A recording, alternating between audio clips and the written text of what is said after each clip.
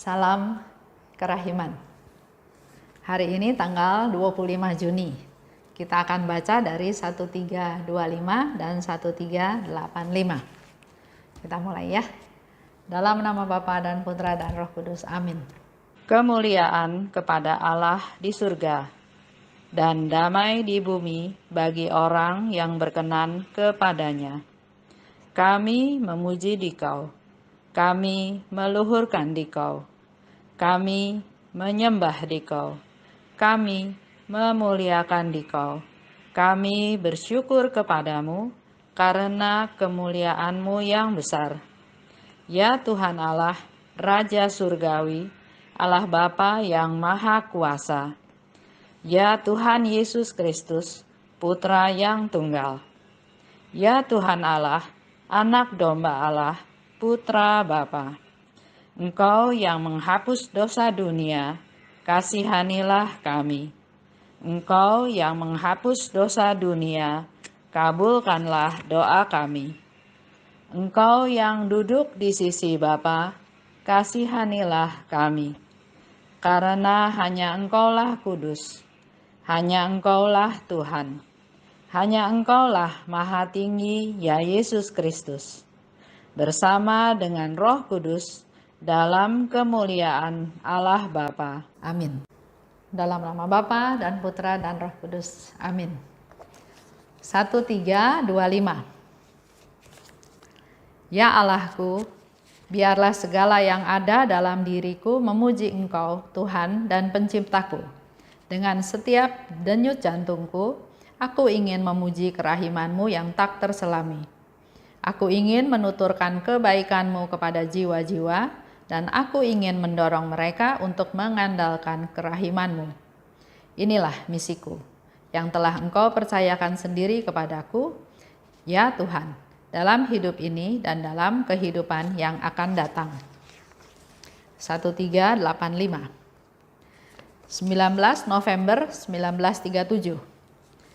Hari ini sesudah komuni, Yesus memberitahukan kepadaku betapa besar keinginannya untuk masuk ke dalam hati manusia. Aku ingin menyatukan diriku dengan jiwa-jiwa manusia. Kesukaanku yang paling besar adalah menyatukan diriku dengan jiwa-jiwa.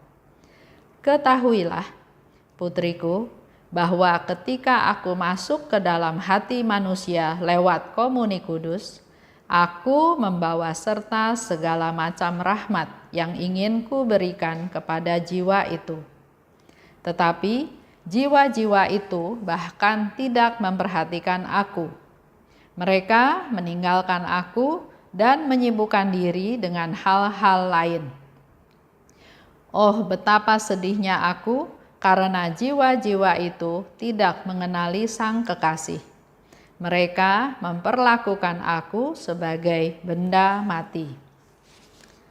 Aku menjawab kepada Yesus, "Oh harta hatiku, satu-satunya sasaran kasihku dan seluruh kesukaan jiwaku, aku ingin menyembah Engkau di dalam hatiku seperti Engkau disembah pada tahta kemuliaan-Mu yang kekal. Kasihku ingin mempersembahkan doa penyilihan kepadamu, sekurang-kurangnya sebagian untuk kebekuan begitu banyak jiwa. Ya Yesus, rengkuhlah hatiku yang adalah tempat kediaman-Mu ini. Tak sesuatu pun dapat masuk ke dalam hatiku. Engkau beristirahatlah sendiri di dalam hatiku, ibarat dalam suatu taman yang indah. Oh Yesusku, selamat tinggal. Aku sudah harus pergi untuk melaksanakan tugas-tugasku. Tetapi aku akan membuktikan kasihku kepadamu dengan pengorbanan, yakni dengan tidak mengabaikan atau menyia-nyiakan satu kesempatan pun untuk mengamalkan kasih itu." 1325 itu juga bicara tentang doanya Suster Faustina, intensinya, niatnya, minatnya. Satu dikatakan di situ, segala yang ada dalam diriku ingin memuji Engkau, Tuhan dan Penciptaku. Jadi apa aja yang ada di dalam diriku, aku mau memuji Engkau Tuhan. Ya. Apa sih yang di dalam diriku? niat, kasih, peduli, kegembiraan, kesusahan, sakit, penyakit, semua dia mau persembahkan kepada Tuhan. Dengan setiap denyut jantungku, kalau kita baca ya beberapa kali dia selalu bilang, dengan setiap denyut jantungku, aku mau memuji Tuhan. Enggak ada satu waktu pun yang dia skip, dia lewatkan. Semuanya adalah untuk Tuhan. Fokusnya ditujukannya kepada Tuhan. Misinya ya, aku ingin apa? Suster Faustina katakan, aku ingin menuturkan kebaikanmu kepada jiwa-jiwa. Aku ingin bercerita, aku ingin supaya orang tahu kebaikan Tuhan itu kepada jiwa-jiwa.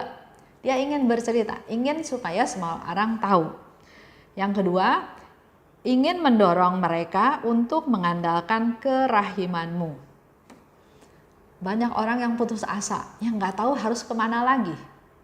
Nah, Suster Faustina ingin mendorong mereka, mensupport, mendukung, membantu, membimbing, menemani, supaya mereka mengandalkan kerahimanmu. Suster Faustina sudah jadi santa. Kita para devosan punya tugas melanjutkan apa yang jadi keinginan Suster Faustina. Mari kita mendorong mereka untuk bisa mengandalkan Tuhan juga. Pertama, kitanya juga harus menjadi orang yang mengandalkan Tuhan, memberikan teladan, memberikan contoh.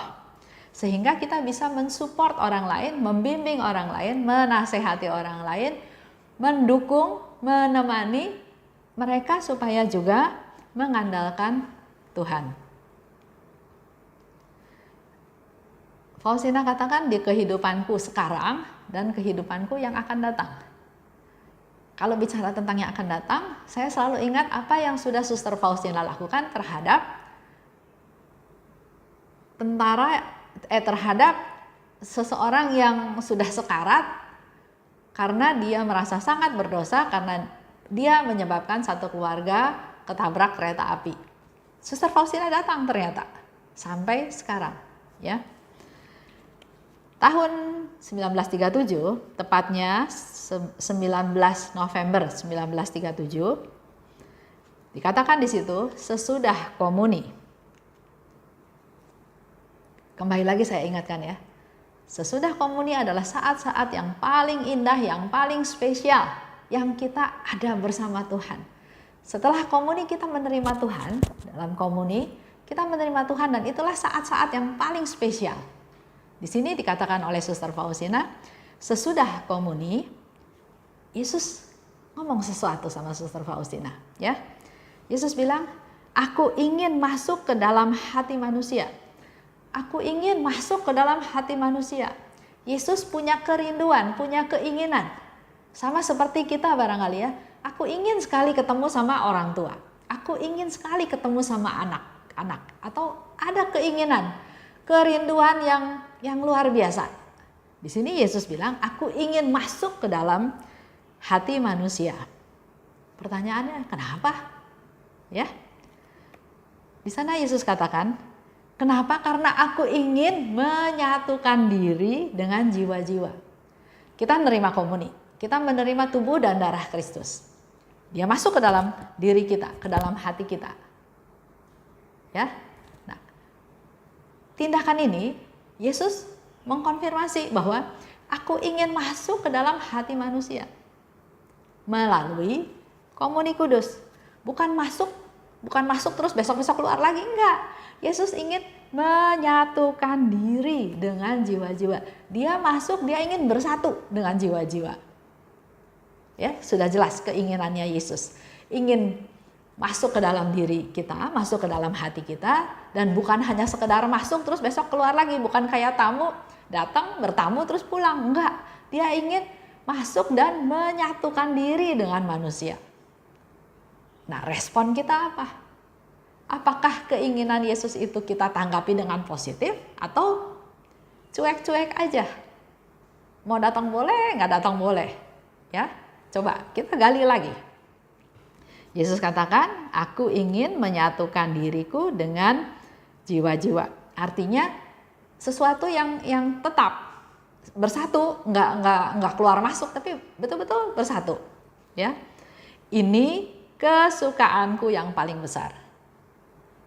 Kita tahu sekarang kesukaan Yesus yang paling besar adalah dia masuk ke dalam hati manusia dan bersatu dengan hati tersebut. Itu keinginan Yesus yang paling besar. Kenyataannya, Yesus katakan, ketika aku masuk ke hati manusia lewat komuni, aku membawa banyak rahmat yang ingin ku bagikan, yang ingin ku berikan. Ya, waktu Yesus masuk ke hati manusia melalui komuni, dia membawa banyak rahmat, banyak berkat. Seperti kita bayangkan waktu kita kecil, Sinterklas yang membawa sekarung rahmat, sekarung kado. Dan rahmat-rahmat itu mau diberikan kepada kita. Apa aja? Banyak. Rahmat damai sejahtera, rahmat kesehatan, rahmat pengampunan, rahmat persatuan, rahmat kesembuhan dari sakit, rahmat kasih, banyak rahmat. Kita nggak bisa hitung, tapi Yesus mau membawa rahmat-rahmat tersebut yang kita butuhkan. Yesus tahu kok apa yang kita butuhkan, dan dia bilang dia membawa banyak rahmat untuk diberikan kepada kita semua.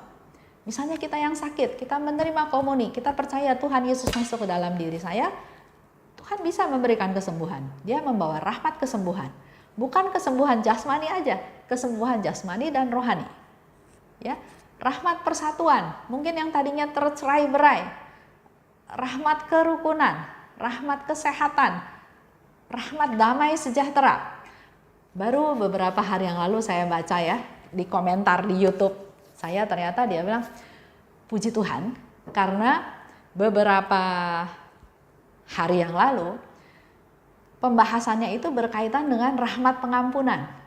Semoga, dia katakan, melalui sharing ini keluarga besar dia bisa tahu artinya pengampunan. Semoga terjadi pengampunan di dalam di dalam keluarga besarnya itu.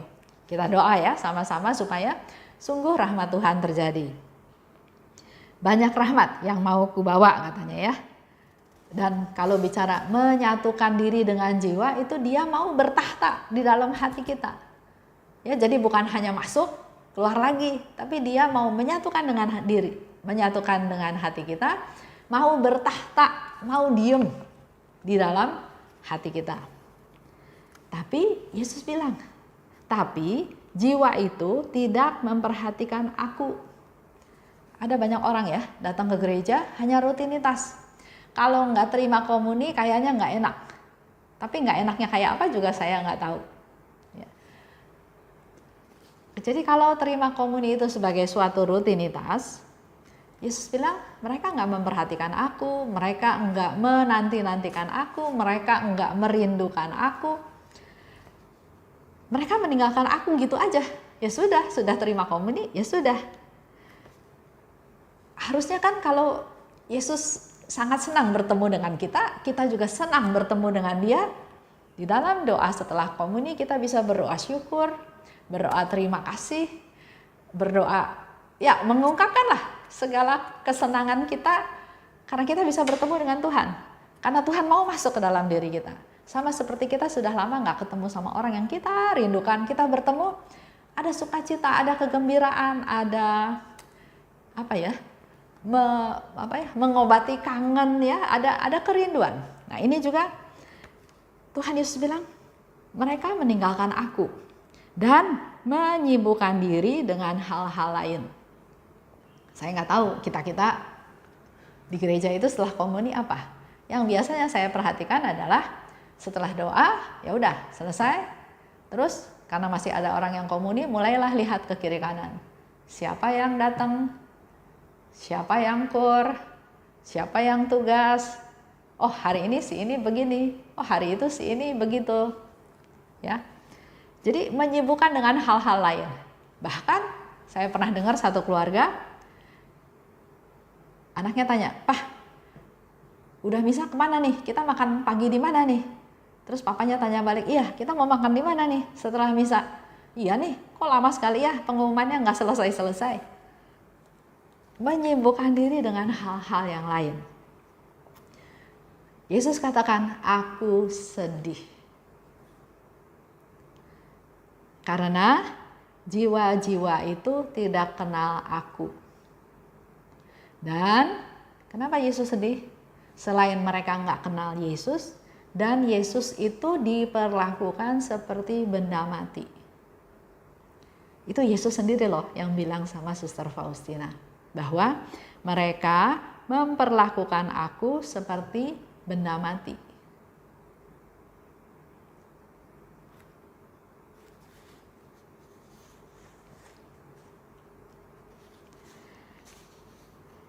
Dan Suster Faustina jawab, kasihku ingin ku persembahkan sebagai doa silih kepadamu untuk kebekuan banyak jiwa. Dengan mendengar kesedihannya Yesus, Faustina menanggapi dengan, aku memberikan kasihku kepadamu, menjadi doa silih untuk beberapa jiwa-jiwa yang beku jiwanya. Kebekuan dari banyak jiwa. Rengkuhlah hatiku. Engkau beristirahat saja dalam hatiku, ibarat dalam taman yang indah. Kalau Yesus sedih, nggak nyaman, beristirahatlah di dalam hatiku. Seolah-olah ada di taman yang indah. Karena apa? Karena Faustina menyambut Yesus dengan sangat luar biasa. Dia bergembira, dia sukacita karena Yesus Tuhan mau datang. Ya, jadi pasti suasana hatinya juga seperti taman yang indah. Dan aku akan membuktikan kasihku kepadamu dengan pengorbanan. Apa sih pengorbanannya? Tidak menyia-nyiakan kesempatan untuk mengamalkan kasih. Jadi kalau ada kesempatan untuk berbelas kasih, dia nggak mau sia-siakan, nggak bilang nanti aja atau besok lagi. Kalau masih ingat cerita saya yang ketemu dengan pengemis yang ada di kursi roda ya, saya kan menunda, minggu depan aja deh. Itu nggak boleh tuh dilakukan. Jadi Faustina membuktikan kasihnya kepada Yesus dengan melakukan pengorbanan. Pengorbanannya apa? Dia selalu berbelas kasih dan tidak menunda-nunda.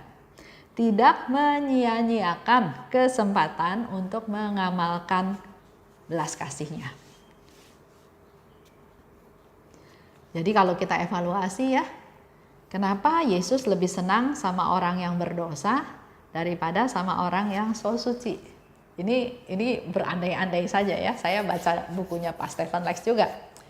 Karena orang berdosa, dia tahu dia papa, dia tidak berdaya dan dia butuh rahmat dari Tuhan. Sehingga dia menyambut Tuhan Yesus itu dengan sangat gembira. Seperti penjahat yang ada di atas salib. Dia bilang, Yesus, kalau kamu balik lagi ke sini, ingat aku. Berharap, menantikan, merindukan. Ya, beda sama orang yang mungkin yang kayak kita-kita ya, so suci. Kayak butuh-butuh, nggak butuh gitu ya. Makanya Yesus rasakan, saya ini nggak dianggap, mereka mikir yang lain. Bahkan saya ini nggak dikenal sama mereka. Saya ini dianggap benda mati. Banyak orang ya yang mengandalkan dirinya sendiri. Saya kaya, saya punya uang, saya berkuasa, saya pintar, dia nggak cari Tuhan. Beda dengan orang berdosa. Padahal kita juga berdosa. Itu aja renungan hari ini. Kesimpulan, Ekaristi itu adalah sumber rahmat. Seperti yang tadi Yesus bilang ya, dia membawa banyak rahmat. Manusia perlu bertobat untuk bisa menghargai rahmat-rahmat tersebut. Karena kalau kita nggak bertobat, kita nggak merasakan rahmat-rahmat tersebut. Nggak tahu bahwa kita butuh rahmat tersebut. Jadi sekali lagi, rajin-rajin datang ke perayaan Ekaristi, bukan hanya datang tapi lebih menyiapkan diri supaya Yesus betul-betul senang masuk ke dalam hati kita. Dia mau bersatu dengan hati kita, dia mau mendirikan tahtanya di dalam diri kita, di dalam hati kita. Dan Yesus bilang dia mau membawa banyak rahmat, di mana rahmat ini kita sambut dengan sukacita. bukan dianggap seperti benda mati atau acuh tak acuh atau cuek. Oke, kita tutup ya dengan doa. Dalam nama Bapa dan Putra dan Roh Kudus, amin. Allah Bapa, terima kasih atas pencerahan pada hari ini. Ampuni kami Tuhan yang sering mengabaikan kehadiran-Mu khususnya dalam perayaan Ekaristi melalui komuni kudus. Sering kami datang terlambat, bahkan tidak menyiapkan hati, masih ada unek-unek, kekesalan, keributan. Melalui pencerahan hari ini, mampukan kami Tuhan untuk lebih bisa menyiapkan diri, menyambut Yesus yang masuk ke dalam tubuh kami, bukan hanya masuk untuk keluar lagi, tapi kami mampukan untuk bisa menyiapkan hati kami, supaya Yesus masuk ke dalam hati kami, dan bisa mau bersatu, mau mendirikan tahta di dalam hati kami. Dan terima kasih juga Tuhan atas segala rahmat yang Tuhan Yesus bawa melalui komuni kudus untuk diberikan kepada kami semua anak-anak yang dikasihinya. Kami mau berdoa juga untuk mereka-mereka yang belum bisa menerima komuni karena sesuatu hal. Engkau ampuni mereka Tuhan, agar mereka juga sadar akan kesalahannya, bertobat dan kembali bisa bersatu dengan Tuhan Yesus.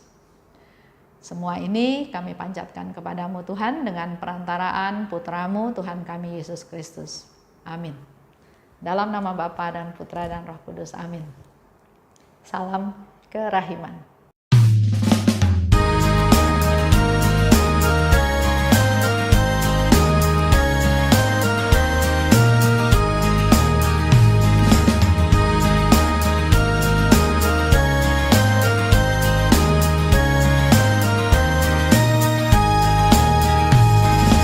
Berbahagialah jiwa yang menyerukan kerahiman Tuhan.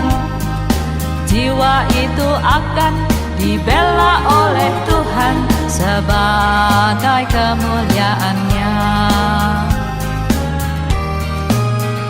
Pujilah kerahiman Tuhan dengan mengandalkan kerahiman-Nya. Pujilah kerahiman Tuhan sepanjang hidupmu. Pujilah kerahiman Tuhan dengan mengandalkan kerahiman-Nya itu. Pujilah kerahiman Tuhan sepanjang hidupmu.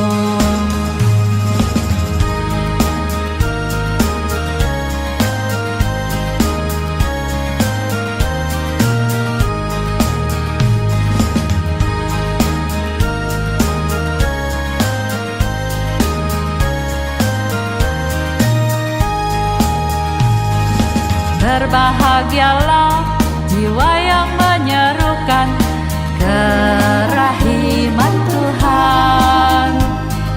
Jiwa itu akan dibela oleh Tuhan sebagai kemuliaan-Nya.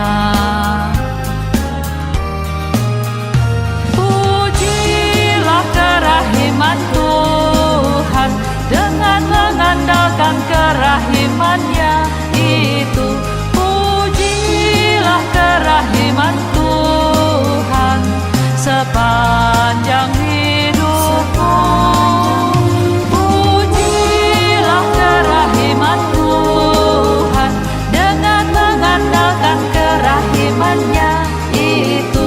Pujilah kerahiman Tuhan sepanjang hidupmu.